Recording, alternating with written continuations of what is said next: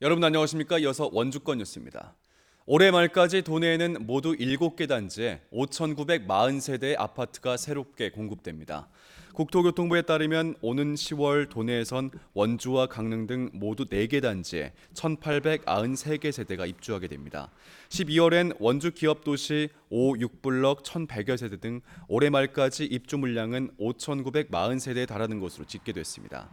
한편 미분양 관리지역으로 지정된 도내 각 시군에선 사업 승인을 받고도 실제로 착공은 하지 않고 있는 사례가 늘고 있습니다.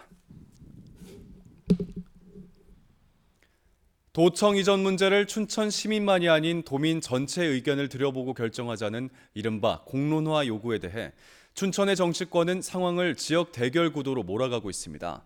어디가 됐던 강원 발전을 위한 최적지를 찾자는 제안이 곡해되고 있는 겁니다. 권기만 기자가 보도합니다.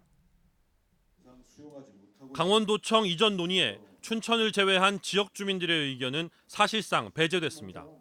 강원도의 미래와 도민들의 편의에 직결된 문제인 만큼 원주 지역 시민단체와 의회는 도민 전체의 의견을 수렴해 결정할 것을 요구했습니다. 하지만 춘천 정치권은 공론화 요구를 비판하고 이를 지역 갈등 양상으로 몰아가고 있습니다. 총선을 앞두고 춘천 지역 유권자를 의식한 정치적 노림수로 오해받을 여지가 충분합니다. 강원 도민들 전체적인 화합에 전혀 도움이 되지 않는다 이렇게 생각을 해서 시에서 시로 도청을 이전한 경우에 있어서는 국비를 지원받지 못합니다. 하지만 도청 이전을 위한 특별법에는 강원도청의 경우 국비 지원 근거가 없고 강원도 역시 국비 지원 없이 이전을 계획하고 있는 것으로 확인됐습니다. 원주 지역사회는 도청 이전을 공론화해 결정하자고 요구한 것인데 마치 도청을 원주로 이전하라고 요구한 것처럼 예민하게 받아들이고 있다며 황당하다는 반응입니다. 도청을 원주로 이전하자는 뜻은 전혀 아닙니다. 다만 강원도 100년을 위해서 강원도민 전체가 수용할 수 있는 그런 추진위원회를 만들어서 강원도청을 이전하자. 도청 이전을 공론화해야 한다는 여론은 타 시군으로도 확산되는 분위기입니다.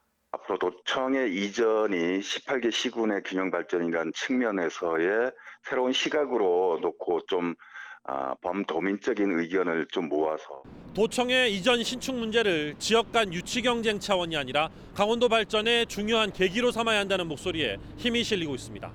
MBC 뉴스 권기만입니다.